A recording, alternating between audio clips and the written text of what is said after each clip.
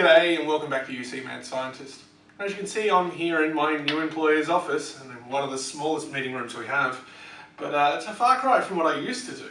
So maybe it's time to give that a quick update with a little help from these guys. And what could possibly be in this box? You looked at the video title, you already know. Let's get into it.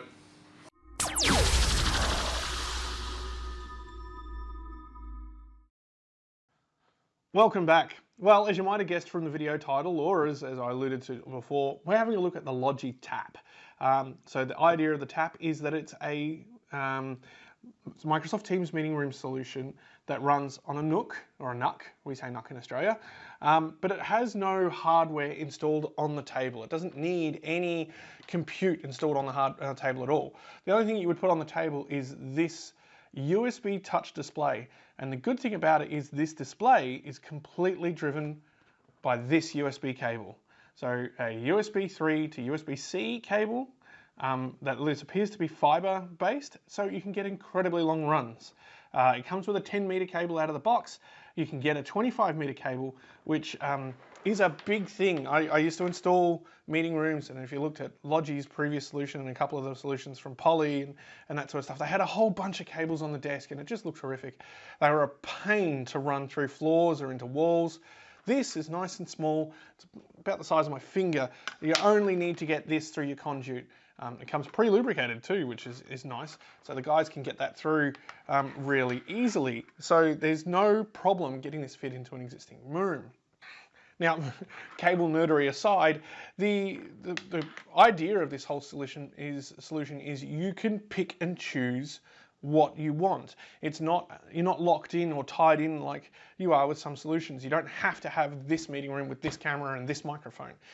The whole point of the TAP solution is because it's centered around a NUC, you can use whatever microphone you want, whatever speaker solution you want, whatever camera you want. Now in this case, we're going to have a look at the Logi Meetup. So this is an end of room solution designed for smaller meeting rooms like this one, where there's a few people in a small space.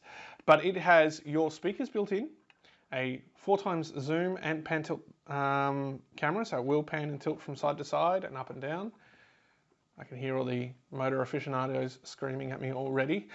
And it's got your microphone array in it. And it's really simple to connect. It literally has power, USB. That's it, we're done. And that just plugs in via USB into your NUC. Then we have the TAP. The TAP itself is a USB powered touch display. Now, when I say powered, I mean the graphics and stuff like that. You don't need to run a HDMI or DisplayPort cable to it. It still does need power. It comes with its own adapter, but you only need to run power and this USB lead to it. All the compute and everything gets hidden under the desk or behind the screen, and Logi provides mounting solutions for that. So you can just mount it behind a screen using a VESA mount or however you want to hide it. And you have just this on the desk. And the cool thing about this is it's designed to be wall mounted as well. So I can mount that on a wall, just like that, and that becomes my meeting room control. In the event of doing that, it also becomes my meeting room booking panel. So I could stick it on the wall behind me, for example, and it's slightly angled, so it's easy to access and touch. You can see what meetings are coming. It automatically flips to the display, and I can start a meeting, one tap, just from there, and hide all the cables straight in the wall. I don't have to worry about it. We also have on the desk, we have the NUC that runs it all. We've got the Meetup, and we have another camera off to the side. So this is just a regular, I think it's a C930. I believe it's a C930. You can also do it with a Brio, and meeting rooms now support content capture. So one of the things you might not be able to see is I've got a whiteboard off to one side. So we're going to set this up as well and have that get ingested into the meeting as well. So I've been having a ton of camera problems today, and I need to get this back to the vendor as soon as I can. So we have a beer sitting over here. We know that I always do stuff with the beer. Let's see if we can get this sorted out. All right, before we get too excited, let's take a quick look at the NUC. So on the device itself, we have two USB ports on the front, an audio output, which is not used, and the power button. It still has all the stickers on it. I know you want me to peel them off. I want to peel them off too. I have to give this back. But on the back, we have power in, HDMI out, so this goes to the meeting room's display. Ethernet in, preferred connectivity. 2 USB 3 ports and a Thunderbolt port. We don't use the Thunderbolt port in this solution, but these two, one's for the camera, one's for the tap, and I can either install the content capture camera in one of these ports or in the additional one in the tap. Speaking of, let's have a look.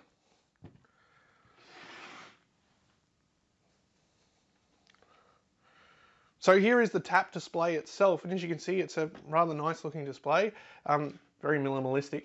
It does have a little Logitech lighter that lights up at the front. Down the bottom, we have a brightness and meeting occupancy sensor, so it'll actually detect if the room is available or not and light up, or if not, it'll go into power saving. The real magic comes in underneath. I've done this a few times now, so I've gotten good at pulling it apart.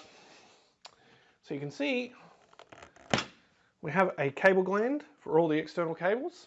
Let's get that into the middle of the shot.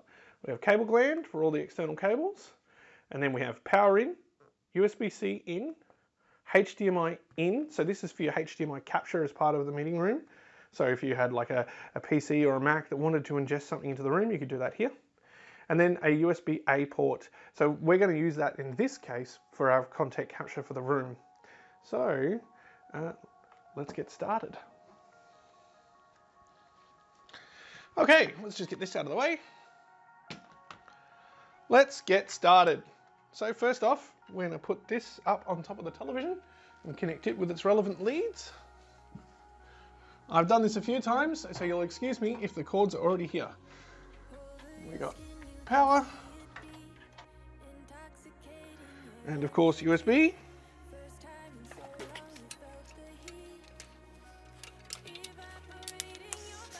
So we're just going to attach the USB to the Nook here. I don't know why I say Nook. Most people say Nook.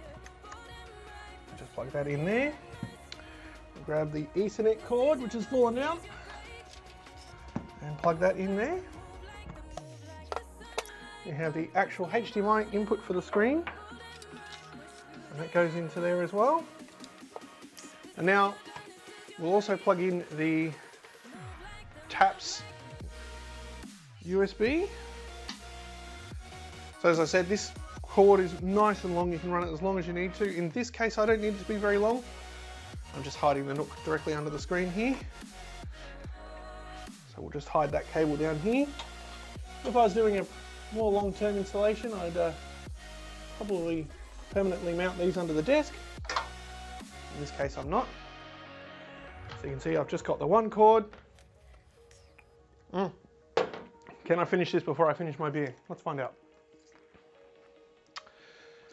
I need power for the tap.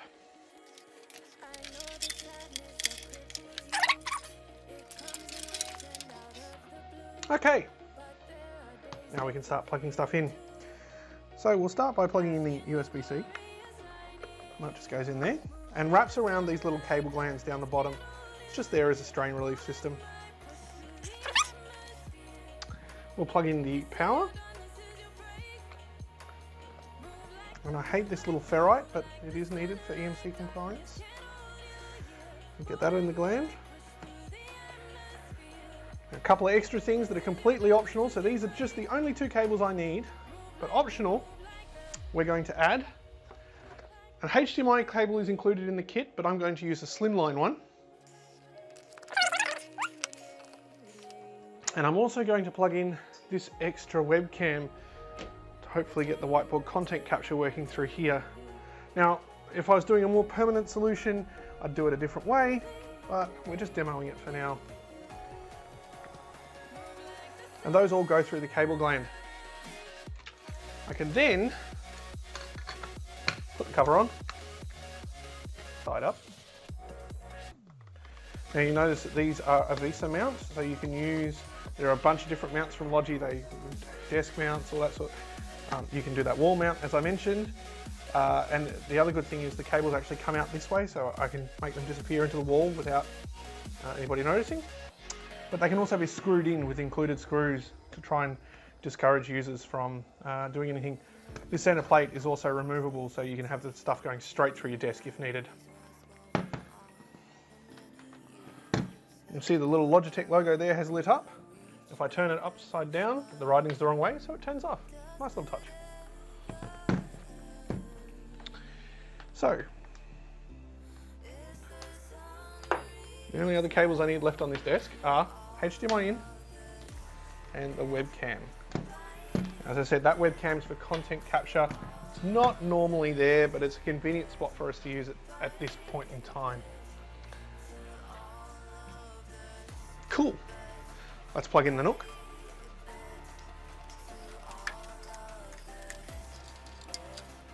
And we're done. That's how simple it is to set up a Teams meeting room. Ilya, I need a job. So let's power it up. Oh, I didn't plug it in properly. No, I didn't plug the power in. Oh, I just failed that job interview. And turn it on. You'll see it comes up saying it's a Nook. And the camera starts going through its self-test. I'll probably have to pull out a little bit for that. And just like that, we've set up our meeting room system. Very simple. Okay, so this is the view most of you users will see. This is the tap, fingerprints and all. After a quick setup process, which was as simple as entering in the Teams email address and password of this account, this Teams meeting room came online. So you can see this is the default view because I've booked the room. You'll see that I have the appointment that I've booked here. Any additional ones will come up down on this list here. And then I've got default options, which is new meeting, present, and more. So more will take me into administrative and accessibility options. Or if I need to invite the room, if I tap that, it gives me details on how to invite the room, let users help themselves. Accessibility options, if I need to make things easier to read. That does it on this display and the main display as well. I can restart the device if it's not working well. I can jump into the admin settings, but the users get prompted for a password. You can configure this password. I'm not going to give out what it is by default though. Or if you just go to the new meeting, from here I can invite someone.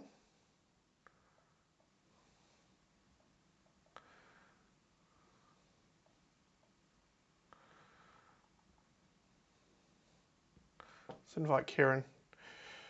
I'll have to do some blurring in post for email addresses and stuff. Or I can click on Enter URI. Now when I do this, you notice that this screen changes. It goes to more of a legacy sort of view. That gives me Skype for Business mode.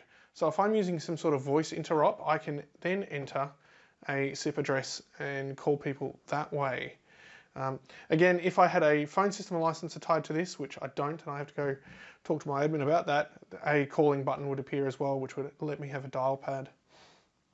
So, if I was to join the meeting, it's just one tap. So I've booked the room using the normal Outlook thing that we all know and love, and I walk in and I start my meeting by pressing join.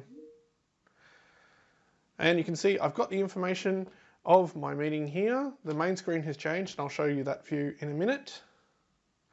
And it's noting someone is in the meeting. Should let me join soon. Okay, that's great. We all know how to use Teams, right? We book the room using Outlook or the Teams app. It comes up on the display.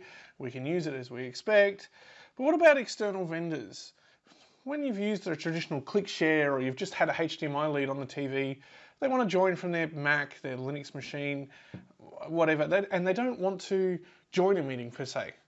Well, that's where Teams has the HDMI ingest, and the tap does it really well because it's in the actual screen itself. So all I need to do is take this HDMI lead, plug it into my laptop, and without running Teams, without doing anything at all, my content comes up on the screen, including audio. And you can hear that audio comes through the speaker. I didn't need to do anything at all. If I'm in a meeting, that content gets sent to the far end as my video stream. So that's really simple to do. So, speaking of meetings, let's jump in and have a look at one now. Okay, one other quick thing I thought we'd give it a shot while we had the opportunity is, as you can see from that camera over there, I'm sitting really close to the TV looking directly at the Meetup. Now it's automatically found and tracked me. But how quickly does it update when I move over to here and start talking? So I'm talking to the meeting and I'm still in shot, which is nice to see. I can see myself down in the bottom right corner there. But what if I move over here. And now I'm outside of frame. How quickly does that update? So we're standing over here, we're talking, we're still talking, and could be a little quicker, but it is coming across now. Okay. Hi. So it's nice that it got there eventually. It is a little slow, but I imagine that's a setting we can tweak. But still good to see that I didn't touch the remote, it's over there. It did that all by itself. So really good to see, nice improvement. And let's go to the end of the table again. And we'll stand at the end of the table and talk for a little bit. And we're talking in the room, we're gas bagging. We'll say my famous phrase, oak is strong, but also gives shade. Cats and dogs each hate the other. The pipe began to rust while new. And as you can see, while I was saying that, that updated and pointed towards me. So not the fastest thing in the world, but obviously it stops that cut and change, especially with only one camera. If you want to start getting to the point where you can have instantaneous switching between two people having a conversation, you need to start looking at solutions like the Director 2 from Polycom, and that starts getting rather expensive. When you consider that this whole solution is under 5,000 Australian, that's pretty hard to beat. So what other neat tricks can the TAP do? Well, as you've seen before, we can do the HDMI ingest, and like most Teams meetings, we can join it with a single tap on the screen. But as I've shown before in one of my other videos, which is that way, we can also use Bluetooth proximity join. So if I just quickly go into my Teams client here, and we click on join for the meeting. So I don't have to have booked this room. I'm notorious for booking meetings and not booking a room, and then I'll go find a room that's nearby. So then I can just come in, sit down, and you can see that my Teams client has detected that the Golden Oaks library is nearby. So I'm just going to click join and add this room. You'll see it mutes my speaker and microphone straight away.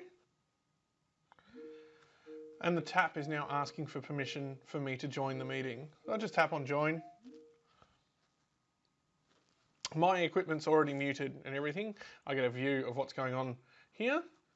And as you can see, without me touching anything, that camera has just panned to my position and is now looking at me talking into the meeting. That's really cool. But that whiteboard in the corner is a bit hard to read.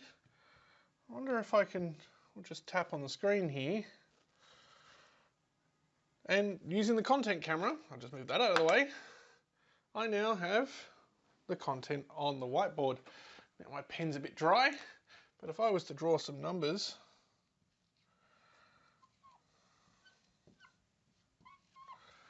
and then step out of the way, you'll see that those come up pretty clear. I don't have a black texter. Now, I will point out, it's a little hard. This isn't the best scenario. This whiteboard's actually green. So if we color it in a little bit better,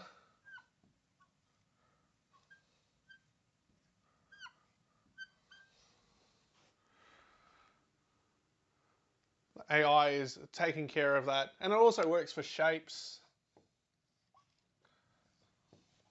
technical diagrams, and it'll update as soon as I move out of the way.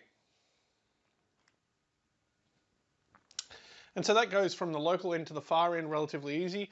Ideally, I'd be using a 4K camera with this. At the moment, I'm just using a C930, and the lighting in here isn't great. But as you can see, this camera is just on the desk. Oh, as you probably can't see, let's go back out and come over here, and you'll see that's just a little camera there.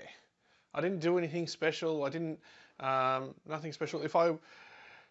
What I would typically do is I'd grab this and mount it in the ceiling and point it towards the whiteboard.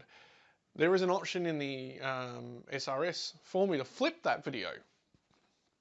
So then I can just go into the settings on the device here, and that will let me flip it over so that it's automatically in the way and I don't have to worry about cables across the desk or anything.